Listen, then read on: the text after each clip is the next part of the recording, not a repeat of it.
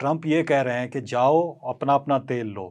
ابھی اگر 2 ہفتے کے بعد ٹرمپ صاحب کو یہ خیال آتا ہے کہ وی ہیو وون دا وار، ہم نے اس کو گھٹنوں پہ لے آئے ہیں ایران کو، اور ہمیں جیسے آپ نے بتایا کہ ہم تو خود اتنی آئل کی پروڈکشن کر رہے ہیں، ہمیں ضرورت بھی نہیں ہے آئل کی، جس نے اگر یورپ نے بھی آئل لینا ہے تو میرے پاس آئل کافی ہے، میں آپ کو دے سکتا ہوں، وینزویلا سے لے کر بھی آپ کو دے سکتا ہوں. تو اس ساری سچویشن میں اگر ایران کو ایسے چھوڑ دیا جاتا ہے، جب وہ ایک طرح کی ایک امریکہ کی انڈر بیلی جس کو آپ گلف کہہ سکتے ہیں اس کے اوپر اٹیک کر رہا ہے، سو وہ کیا سینیریو بنے گا؟ یورپ کیا پھر جا کے منت کرے گا ایران کی کہ بس کر دیں، امریکہ نکل چکا ہے، لیٹس سٹ ٹوگیدر اینڈ کوئی اور طریقہ کار نکالیں، ہم آپ کو بھی کمپنسیٹ کر دیں گے؟ یا پھر چائنا کو آپ ایمرج ہوتا ہوا دیکھ رہے ہیں اس میں کہ وہ آگے آئے گا اور وہ آ کے چیزوں کو سنبھالے گا، جیسے آپ نے کہا کہ آرڈر چینج ہونے کی آپ کو نظر آ رہا ہے. What do you think, how do you think things unfold ہو رہی ہوں؟ آپ نے ایک سوال اٹھایا جس کے بارے میں ابھی آپ نے اس طرف اٹینشن دلوائی، جو کہ شاید میں خود بھی نہیں سوچ رہا تھا، کہ اگر آپ یورپ اس وقت اکنامکلی میسولی ہٹ تو ہو رہا ہے، لیکن اگر from an international relations perspective یا پولیٹیکلی اگر یورپ کی انوالومنٹ دیکھیں اس جنگ میں، تو وہ بہت منیمل ہے. آپ کو وہ لیڈرشپ رول جو even country like Pakistan is assuming in this war، وہ آپ ایگزیکٹلی. کو امید تھی کہ وہ یورپ یا چائنا وہ بیسکلی وائڈ جو ایک کریٹ ہوا ہے ایک لیڈرشپ کا، گلوبل لیڈرشپ کا، اس کو فل کرتے. آپ ایک جی. میں اس کو ایسے رکھوں گا اس بات کو ایاز صاحب، کہ ایک جو ٹرمپین میڈنس ہے اس وقت، جو ایک انسان پوری دنیا کے گلوبل آرڈر کو، انسانیت نے آج تک جو سیکھا سمجھا، جو پینس ٹیکنگلی سسٹم بنائے، وہ روتھلیسلی تلپٹ کرتا جا رہا ہے اس سسٹم کو. جب اس نے ٹیرف لگائے تب بھی اس گلوبل اکنامک آرڈر کو جو انسان نے اتنا پینس ٹیکنگلی بنایا، اور امریکہ خود اس کا چیمپئن تھا جس کو یہ فری ٹریڈ کہتے تھے، اس نے اس سسٹم کو تلپٹ کر دیا. WTO ورلڈ ٹریڈ آرگنائزیشن کے سالوں کے کام، ان کی ریگولیشن، سب کو تلپٹ کر دیا. پھر اب اس نے یہ جو گلوبل پولیٹیکل آرڈر ایک فارم ہوا ہے اس کو تلپٹ کر دیا. انٹرنیشنل آرگنائزیشن سے وہ امریکہ کا ایگزٹ کرتا جا رہا ہے، دنیا پہ وہ ٹیرف لگاتا جا رہا ہے، جنگوں کو بیک وقت وہ کہتا ہے کہ میں دنیا میں پیس جو ہے یا امن کا دائی ہوں، پر ایک طرف وہ اس طرح کی جنگوں کو فیول بھی کر رہا ہے ساتھ ساتھ. تو وہ اس نے پوری دنیا کو یہ مکس سگنلز دیے، اور جب یہ مکس سگنلز جاتے ہیں تو they are usually very disruptive. تو ہمیشہ کی طرح ہوا یہی کہ آپ کو ایک کاؤنٹر بیلنسنگ فورس چاہیے، جس کی طرف آپ نے اشارہ کیا، اور ہمیشہ کی طرح ہو یہ رہا ہے، especially after the fall of the Berlin wall 1991 کے بعد، کہ امریکہ دنیا کی سب سے زیادہ طاقتور ریاست بنا اور اکیلا سول سپر پاور بنا.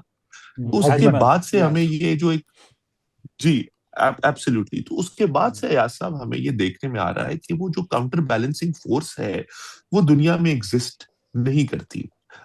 جس وجہ سے آج لوگ کہتے ہیں کہ جب بائی پولر ورلڈ تھا تو اس میں دنیا میں ایٹ لیسٹ یہ بیلنس ضرور موجود تھا، جو کہ بیلنس اس وقت گلوبل پالیٹکس کے اندر یا انٹرنیشنل پالیٹکس کے اندر موجود نہیں ہے. اب ایک طرف ایک دنیا میں asymmetrically پاورفل انسان ہے، اور آج آپ دیکھیے یہ بات کہ دنیا کی امریکہ کے اوپر جو ریلائنس ہے، اس کی وجہ سے امریکی الیکشنز ایاز صاحب پوری دنیا کے لیے کتنے اہم ہو جاتے ہیں. کہ امریکہ میں اگر ہلکا سا ووٹر پریفرنسز بدلیں اور وہ ایک ارریشنل آدمی کو اگر اپنا صدر منتخب کر لیں تو وہ کیسے پوری دنیا کو تباہ کر سکتا ہے. اور یہ ہم نے پچھلے 1.5 سال میں دیکھا کہ ایک ارریشنل آدمی کو امریکہ نے اپنا صدر منتخب کیا، اور اس 12 گھنٹے کے انتخاب نے کیسے پوری دنیا کو اگلے کئی برسوں کے لیے تباہ کر دیا.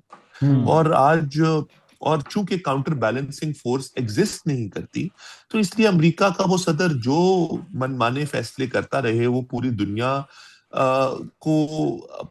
کے اوپر مسلط بھی ہو جاتے ہیں، اور پوری دنیا کے پاس دوسری آپشن بھی کوئی نہیں ہے. اب وہ آپشنز ہم یورپ میں یا چائنا میں تلاش تو کرنے کی کوشش کرتے ہیں، پر سچی بات یہ ہے کہ آج بھی، اور میں مکمل طور پر قائل ہوں اس بات سے ایاز صاحب، کہ آج بھی جارج فریڈمن اپنی کتاب میں لکھتے ہیں، ان کی کتاب ہے نیکسٹ 100 ایئرز، جس میں وہ چائنا کا، یورپ کا، ٹرکی کا، سارے ممالک کی معیشتوں کا امریکہ کے ساتھ موازنہ کرتے ہیں.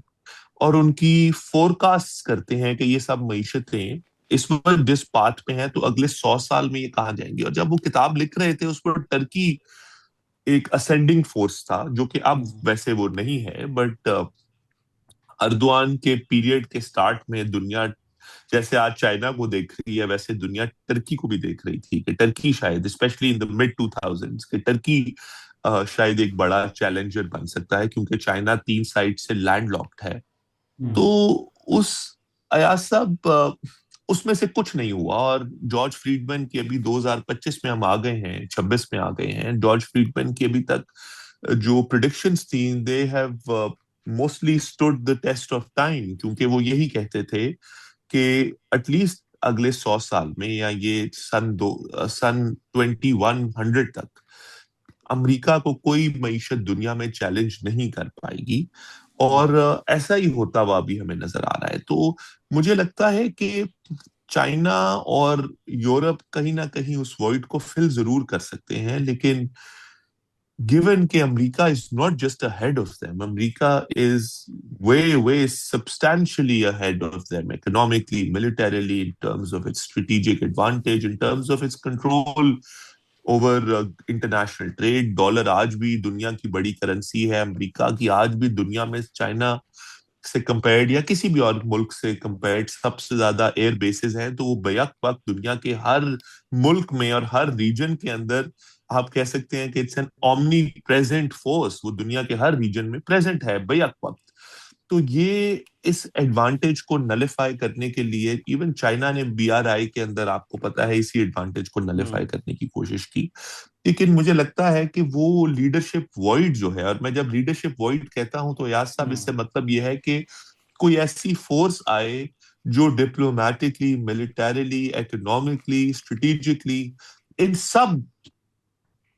سب فرنٹس کے اوپر بیک وقت امریکہ کو نہ صرف چیلنج کرے بلکہ ایک کاؤنٹر لیڈرشپ پرووائڈ کرے، ایک پیرلل لیڈرشپ پرووائڈ کرے. وہ مجھے لگتا ہے فورس دنیا میں مسنگ ہے. اگر آپ چائنا کو بھی دیکھیں تو چائنا آپ کو اکنامکلی تو امریکہ کو کہیں نہ کہیں کچھ فرنٹس کے اوپر اسپیشلی انٹرنیشنل ٹریڈ میں چیلنج کرتا ہوا نظر آتا ہے، پر ڈپلومیٹکلی چائنا نہیں نظر آتا. ڈپلومیٹکلی چائنا کی وہ آؤٹ ریچ یا وہ گرپ نہیں ہے اوور گلوبل پالیٹکس جو امریکہ کی ہے.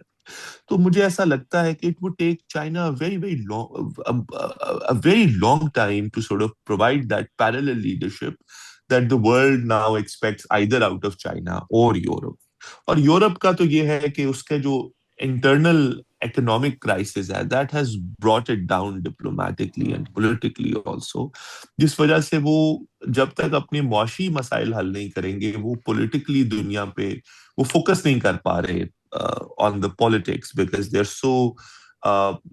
so focused or so I'm not finding the right word for it، پر وہ اتنا گرے ہوئے ہیں اپنی معاشی مسائل میں کہ it's very hard for them to focus on global politics. تو آپ کی بات سے تو مجھے جو میں سمجھ پا رہا ہوں کہ یورپ بس اس انتظار میں ہے کہ کسی طرح سے یہ ٹرمپ کی بلا ٹل جائے اور کوئی ان کا من پسند وہاں پر ایسا کوئی امریکن لیڈر یا امریکن پریزیڈنٹ آ جائے جو ان کے ساتھ پھر ہینڈ ان ہینڈ ہو جائے. Otherwise they them self do not have that گٹ، اور ان کے پاس اتنی طاقت بھی نہیں ہے کہ وہ کچھ کر سکیں.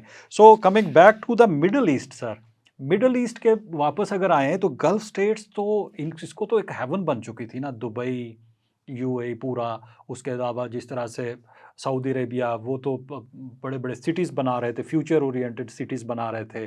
اینڈ دے ور ایکسپیکٹنگ کہ اب ہم آئل سے اپنی ڈپینڈنس جو ہے وہ کم کر کے تو ہم کچھ آلٹرنیٹ سسٹم بنا دیں گے، دنیا کو اس طرف لے کے آئیں گے. فیوچرسٹک وہ پلان بنا رہے تھے.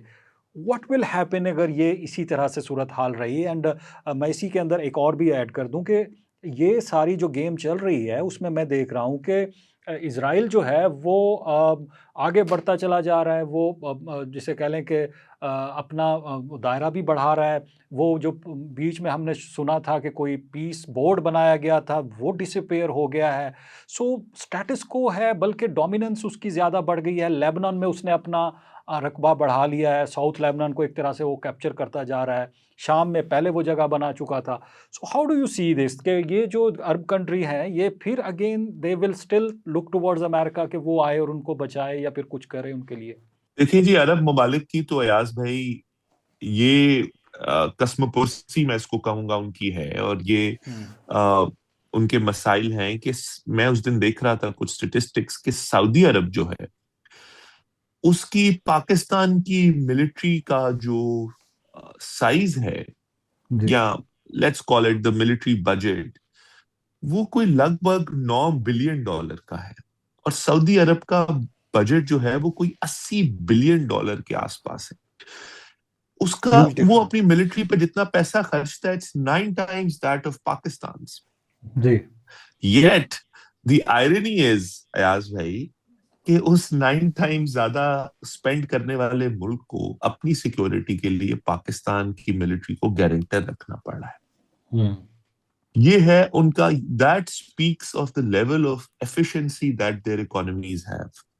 مسئلہ یہ ہے کہ other than that one commodity that they've been producing, which is oil, جس کی وجہ سے they've stayed afloat economically, بڑے کم لوگ یہ بات جانتے ہیں کہ آج سعودی عرب یا یو اے ای ان ممالک، ان ملکوں کو جو ہماری جنریشن یا پچھلی 2 جنریشنز بڑی ہوئی ہیں ان ملکوں کو دیکھتے ہوئے کہ یہ طاقتور کامیاب معیشتیں ہیں اور عربیوں کے پاس بہت پیسہ ہے، لوگ یہ بات نہیں جانتے کہ یہ سب پیسہ 1930s کے بعد آیا ہے، جب امریکہ ہی وہاں گیا اور انہوں نے سعودی ارامکو جیسی کمپنیز بلڈ کی، ان کی کیپیسٹی بلڈ کی. ان کو تو آئل ریفائن بھی اور آئل ایکسٹریکشن دونوں کام نہیں آتے تھے جو امریکیوں نے ان کو سکھائے. امریکہ نے ٹیکنالوجی ٹرانسفر کی جس کی وجہ سے یہ ملک نہ، اور امریکہ نے اس وقت اس لیے کیا تھا کہ امریکہ چاہتا تھا کہ اس سے پہلے کہ کوئی اور ملک یا یو ایس ایس آر اس کے اوپر قابض ہو، ہم جا کے قابض ہو جائیں جتنے آئل ایسٹس تھے ان ملکوں کے پاس.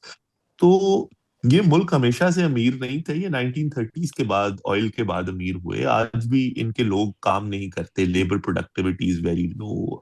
عربی لوگوں کو کام کرنے کی عادت نہیں ہے. There is no work ethic in those people. ان ملکوں کے اندر اگر ان کی قوموں میں آج آپ کوئی بات دیکھیں تو ان کی قوموں میں کوئی ایسی خاص بات نہیں ہے، نہ سکل ہے، نہ ان کی اکانومیز میں کوئی انوویشن ہے، نہ ٹیکنالوجی کی اڈاپشن ہے، نہ لیبر سکلڈ اتنی زیادہ سکلڈ ہے، یا لیبر کی ایفیشنسی یا پروڈکٹیوٹی بھی اتنی ہائی نہیں ہے. معیشتوں کو ڈیولپ کرنے کے لیے جو بھی چیزیں چاہیے وہ ان کے پاس نہیں ہے other than that one asset, that natural resource that they've been producing. اور اس کو بھی ایکسٹرنلی ڈیولپ کیا گیا، انہوں نے انٹرنلی نہیں ڈیولپ کیا. لیکن ہوا یہ کہ پچھلے 100 سال سے ان لوگوں کا جو لیوش لائف سٹائل تھا اس کو ایک سپورٹ مل رہی تھی. پھر انہوں نے چونکہ پیسہ اتنا ابنڈنٹ تھا، انہوں نے وہ پیسہ ملٹری میں بھی لگایا، لیکن ان کی ملٹری کے پاس بھی وہ ایفیشنسی نہیں ہے جو کہ دنیا میں باقی ملٹریز کے پاس ہے، جو ان سے کہیں کم پیسہ لگا کے بیکاز آف بینگ ایفیشینٹ وہ زیادہ مؤثر ثابت ہوتے ہیں، جیسے کہ پاکستان کی ملٹری. تو مسئلہ یہ ہے کہ امریکہ نے ان کو اسی ریجن میں ہونے کے باوجود امریکہ نے اتنا پروٹیکٹ کیا ہوا تھا یو اے ای اور سعودی عربیہ کو کہ اگر آپ دیکھیں تو عرب اسپرنگ میں despite them having a lot of conflicts with other countries in the neighborhood، کسی ملک نے آج تک سوچا بھی نہیں کہ وہ سعودی عرب یا یو اے ای کو ٹچ کرے. اور یہ پہلی دفعہ ہوا، یعنی کہ ان ملکوں کو اس ریجن میں جو بھی کانفلکٹ تھے اس سے مکمل امیونٹی، مکمل استثنا حاصل. یہ پہلی دفعہ ایسا ہوا کہ ایران نے یہ جرأت کی، اور جیسا کہ کہا جاتا ہے اس پہ دونوں طرح کے جانتے ہیں آپ ایاز صاحب کے اسکول آف تھاٹ موجود ہیں. ایک اسکول آف تھاٹ یہ ہے کہ بھائی یہ جب اس جنگ کا حصہ ہی نہیں تھے تو ایران نے ان کو اٹیک کیوں کیا، اور جو ایک مسلم سینٹیمنٹ ہے وہ ڈائلیوٹ بھی ہوا اس سے، کیونکہ ایک طرف مسلمان کہتے تھے کہ اچھا ایران ایک اسلامی ریاست ہے تو ہم اس کے ساتھ ہیں، پر ساتھ یہ بھی دلیل دی جانے لگی کہ ایران اٹیک بھی تو دوسری اسلامی ریاستوں کے اوپر ہی کر رہا ہے تو ہم ایران کے ساتھ کیوں کھڑے. تو ایک طرف اس نے مسلم سینٹیمنٹ کو ڈیوائیڈ بھی کیا اور کہیں نہ کہیں اس کو ڈائلیوٹ بھی کیا، لیکن ساتھ ساتھ یہ بھی ہوا ایاز صاحب کہ وہ پہلی دفعہ ایسا ہوا کہ جو انٹچبلز تھے اس ریجن کے اندر، سعودی عرب اور یو اے ای، ان کے اوپر اٹیک کیا گیا اور امریکہ کو کہیں نہ کہیں دھچکا بھی لگا اور اس نے ڈینٹ بھی کیا، کیونکہ یو ایس کے شاید مجھے نہیں لگتا کہ یہاں کے جو کامنٹیٹرز ہیں، ایکس فورن پالیسی ایکسپرٹس ہیں، وہ یہ بات ایکسپیکٹ کر رہے تھے کہ ایران ایسا کرے گا. تو اس نے So that it was a surprise for یہ them. ضرور بالکل، لیکن مجھے ایسا نہیں لگتا. مجھے لگتا ہے کہ اگر کل یہ جنگ ختم ہوگی تو اکنامکلی یو اے ای اور Saudi Arabia very very quickly would bounce back. اور یہی مسئلہ اسرائیل کا بھی ہے. اور دیکھیے جو کنٹریز اکنامکلی ولنریبل نہیں ہیں، مجھے ایسا لگتا ہے کہ ان کو باؤنس بیک کرنے میں جنگیں ان کو افیکٹ کرتی ہیں، پر وہ بڑا کوئکلی باؤنس بیک کر جاتے ہیں. اب آپ پاکستان کی اس سے مثال لے لیجئے ایاز صاحب، ہم تو ابھی اکنامکلی ولنریبل کنٹری تھے، لیکن ابھی پہلگام ہوا، کتنے لوگوں نے پاکستان کے اندر، کتنے لوگوں کی زندگی اس نے ڈسٹرب کی، یا ہمیں کتنا وقت لگا اکنامکلی باؤنس بیک کرنے میں. ایک چھوٹی سی پولیٹیکل پنکچویشن ضرور ہوئی فار اے فیو ڈیز، کاروبار شاید 5 یا 10 دن کے لیے ڈسٹرپٹ ہوئے، then it was business as usual again. مجھے ایسا لگتا ہے کہ سعودی عرب اور یو اے ای کے کیس میں it would be business as usual. یہ ضرور ہوگا کہ وہ تھوڑا سا مزید ملیٹریلی ولنریبل ضرور فیل کریں گے. اور آپ نے بالکل ایسے ہی کہا کہ انہوں نے، جیسے آپ نے ہیونز کا ورڈ استعمال کیا، تو انہوں نے ہیونز بنا رکھی تھی اور وہ چاہتے ہیں کہ یہ ہیونز فیوچر میں بھی پروٹیکٹڈ رہیں. جتنی دنیا کی کارپوریٹس کے ہیڈ آفیسز آج یو اے ای اور اب ریاض کے اندر بن رہے ہیں، وہ یہ چاہیں گے کہ ہمارا جو فورن ٹورسٹ ہے، پوری دنیا کا ایک ٹریول ڈیسٹینیشن بن چکی ہیں یو اے ای اور دبئی. پھر جتنی دنیا کی فلائٹس آپ دیکھ رہے ہیں کہ دنیا کا ایئر ٹریول کتنا ڈسٹرپٹ ہوا ہے اس جنگ کے بعد، کیونکہ ایک بہت بڑا میجر، آپ اس کو I think the word they use it is like major choke point of I am not using the word incorrectly, وہ بن چکا تھا ابو دھابی کا ایئرپورٹ، دبئی کا ایئرپورٹ. تو وہ جو ایئر ٹریول ڈسٹرپٹ ہوا ہے اس سے میجر ریونیوز جو ہے ان کی ایئر لائنس کو بھی ریونیو لاسز ہوئے ہوں گے. تو مجھے ویسے تو لگتا ہے کہ بزنس ایز یوزول ہوگا یو اے ای اور سعودی عربیہ میں جس دن یہ جنگ ختم ہوگی. پر چونکہ اب یہ ملیٹریلی تھوڑا سا انسیف فیل کریں گے، تو جس طرح کی کانٹریکٹس انہوں نے پاکستان کے ساتھ، جیسا کہ انہوں نے ایک ڈیفینس پیکٹ کیا، مجھے لگتا ہے کہ آنے والے دنوں میں یہ پاکستان جیسے مزید باڈی گارڈز کو پیسہ دیتے ہوئے نظر آئیں گے. اور مجھے یہ نظر آپ کو بھی آئے گا آنے والے دنوں میں. ہم دیکھیں گے کہ اس ریجن کے اندر زیادہ اس طرح کی چیک پوسٹ یہاں پہ اریکٹ کی جائیں گی، اور اس ریجن کے اندر زیادہ مجھے ایسا لگتا ہے کہ فورن فورسز جو ہیں ان کا عمل دخل ہوگا، جیسے کہ پاکستان یا جیسے کہ امریکہ. تو یہ ریجن آئسولیٹ ہونے کی بجائے یا یہاں سے ایکسٹرنل فورسز کا ایگزٹ ہونے کی بجائے، یہ ریجن مجھے لگتا ہے زیادہ پولیٹیسائز ہونے والا ہے آنے والے دنوں میں اس جنگ کے خاتمے کے بعد بھی. جی thank you so much for your insight. چونکہ ہمارے پاس وقت بہت کم ہو رہا ہے، اور جو پاکستان کے بارے میں ہم نے آپ کے ساتھ ڈسکشن کرنی ہے وہ ہم انشاءاللہ کسی اور وقت میں اس کو رکھیں گے، because we are very much short of time. اور بہت اچھا آپ نے اس کے اوپر تبصرہ دیا، اب وقت نکلا آپ کا، آپ نے اس کے لیے بہت شکریہ. Thank you so much.